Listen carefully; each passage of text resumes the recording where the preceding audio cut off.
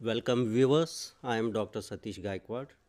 Today we will be discussing about the formulation of the hypothesis. In previous session we discussed about the formulation of the research problem. Research problem is nothing but the finding of gap in the existing knowledge. When we are talking about research problem may be any gap in the existing knowledge. For example, a research variable we can talk about, like a problem on which a researcher want to study, like a problem maybe a cancer problem, maybe any other disease like asthma or any other phenomena in the society, which may be taken as a problem by the researcher. However, any research to be conducted in a particular direction with specific objectives, the research problem needs a hypothesis. Specifically in the quantitative research studies, which are scientific research studies based on the survey or experiment methods, their hypothesis provides an important tool to the researcher to specify his or her objectives leading to a particular direction. So, what is hypothesis? If we want to define hypothesis, hypothesis is nothing but the educated guess of relationship between two variables. When we are talking about variables, now what are variables? As previously in my sessions we have discussed that variables are nothing but the researcher may be focusing on a particular problem where an independent and dependent variable may be existing. If I want to give an example, as previously also I quoted, smoking causes cancer. This is a problem. Here, smoking is an independent variable and cancer is a dependent variable. What it means? Independent variable is the cause of the particular problem on which a researcher want to study. Here, cancer is the research problem, and independent variable smoking is influencing or causing the cancer. So, basically it is nothing but the preposition or prediction, and when we are saying thesis is nothing but tentative solution.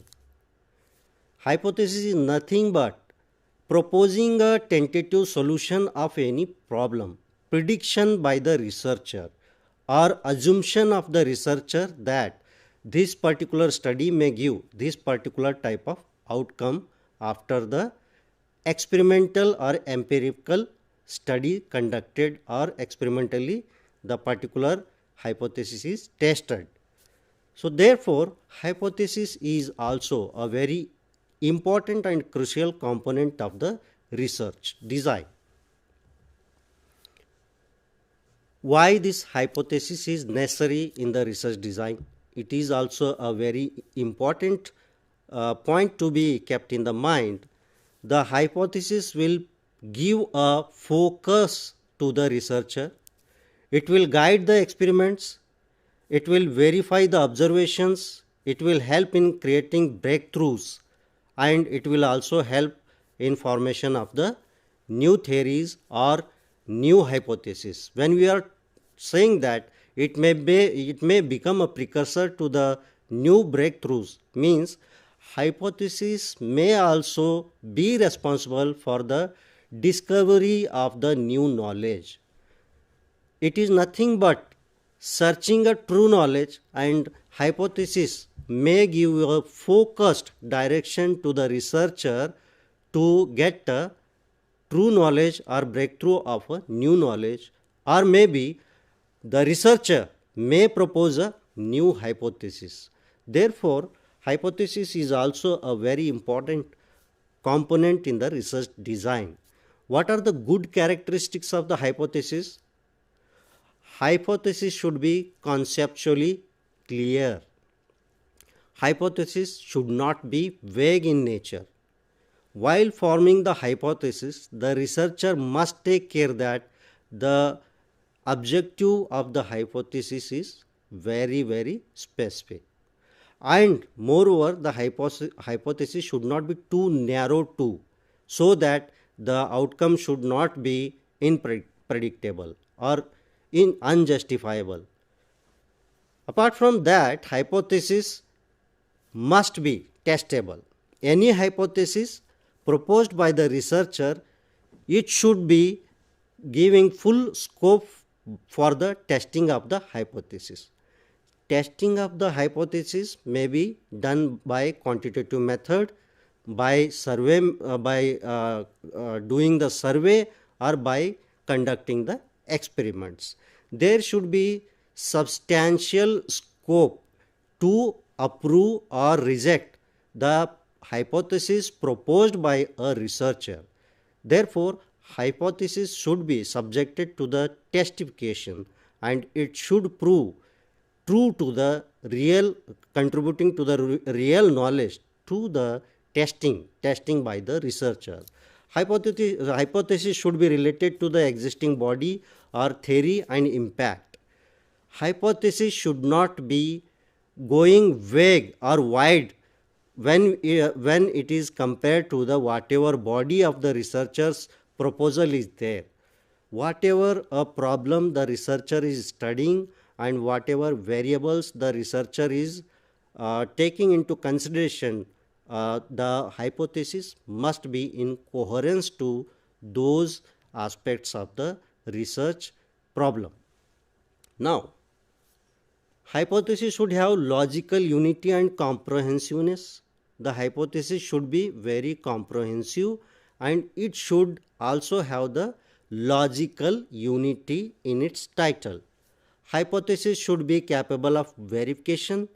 When we subject a hypothesis to the verification, it should stand true to the verification of the researcher. The hypothesis should not be vague. The hypothesis should not be impractical.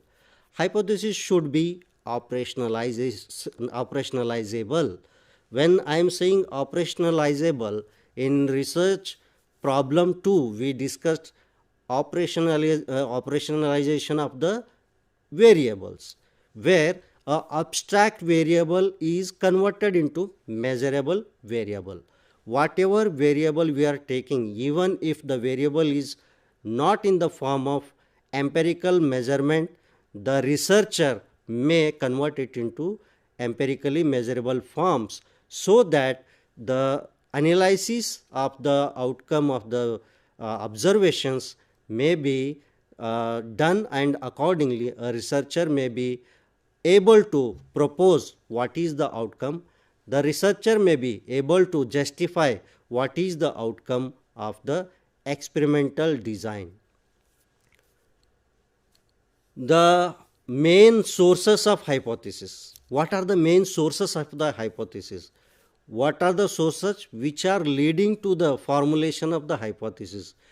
The main sources of the hypothesis may be the resemblance between a phenomena a researcher may be observing in and around his experience, or in the area of the expertise, or in the area of the research where the researcher is having his or her own expertise. Observations from past studies, present day experiences from the competitors. Existing scientific theory may also become a precursor to the formulation of a hypothesis. General pattern which influence the thinking of the people may also influence the hypothesis. What are the components to be considered while forming the hypothesis? Let us see. Expected relationship or difference between the variables. As I was already quoting a problem where smoking causes cancer. Here smoking is having relation which is causing cancer. When a person is exposed to the smoking, that is leading to the cancer. Therefore, here there is a definitive relation between independent and dependent variable. Maybe there may be differences also in the independent and dependent variable. Operational definition of the variable, the operational definition of the variable must be clearly spelled out while forming a hypothesis. Hypotheses are also formulated based on the review of the literature. When a researcher is going to formulate a hypothesis, definitely after getting a research problem, as here I gave an example, that is problem is cancer, there is lot of existing record literature available about the research on the cancer. Therefore, the researcher may extensively review the existing literature, and based on the review of the literature, there may be a specific idea generating in the mind or in the thinking process of the researcher that may also shape or give a influence to the researcher to formulate a hypothesis, research hypothesis. What are the type of hypothesis? It is a very important component. Basically, there are 6 type of the research components. Simple hypothesis. One of the types of the hypothesis is simple hypothesis. When we are saying simple hypothesis, the name itself suggests that we are just studying the relationship between two variables. One independent variable, other is dependent variable. For example, as I quoted, smoking causes cancer. Only 2 variables are involved in this study, smoking and cancer. Another one is, next type is complex hypothesis. Complex hypothesis, the name itself suggests that here there may be the researcher studying more than one variable. The hypothesis may composes many variables, 2 or more than 2 variables. That is called as complex hypothesis. Directional hypothesis, the another type of hypothesis, where the hypothesis is giving a direction to the researcher between the relationship of 2 variables, independent and dependent variable. The hypothesis is giving direction to the researcher on the relationship or nature of the variables. Apart from that, non-directional hypothesis is also there. Non-directional hypothesis, there the researcher may be studying more than 2 relationship between more than 2 variables, but the particular research may not be giving any direction or any direction between the relationship between the 2 variables or nature of the variable. Therefore, it is called as non-directional hypothesis. Now coming to another hypothesis, which is very important hypothesis, called null hypothesis. Any scientific researcher considers null hypothesis as a very important hypothesis in the research, because in null hypothesis, a researcher may be studying variables, but there may be no relationship between the variables. For example, smoking is responsible for the stomach pain, but smoking is not responsible for the stomach pain. Therefore, this will go to the rejection of the hypothesis. That's why it is called as null hypothesis. Associative and causal hypothesis. In this hypothesis, basically a researcher is studying the cause of the particular dependent variable on the independent variable. What is the cause which is leading to the dependent variable, or which is leading to the problem of the study? Apart from that, there is another hypothesis which is at par important compared to the null hypothesis, which is called as alternative hypothesis.